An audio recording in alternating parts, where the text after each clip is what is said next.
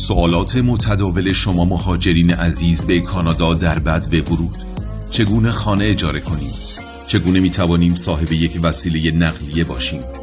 برای باز کردن حساب بانکی چه مراحلی را باید طی کنیم؟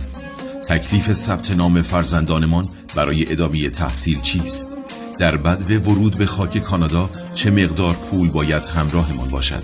چطور کار پیدا کنیم و شغل مناسبی داشته باشیم؟ برآورد هزینه‌های زندگی در ماه‌های اول مهاجرت.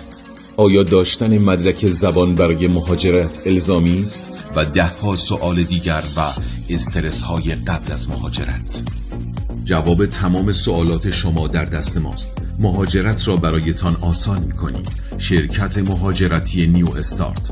مؤسس خانم نازلی حکمتشعار، وکیل پای یک دادگستری ایران در ونکوور کانادا. مشاوره و پاسخگویی به سوالات شما درباره مهاجرت به کانادا.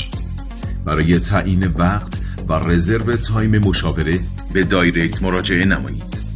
شرکت مهاجرتی نیو استارت.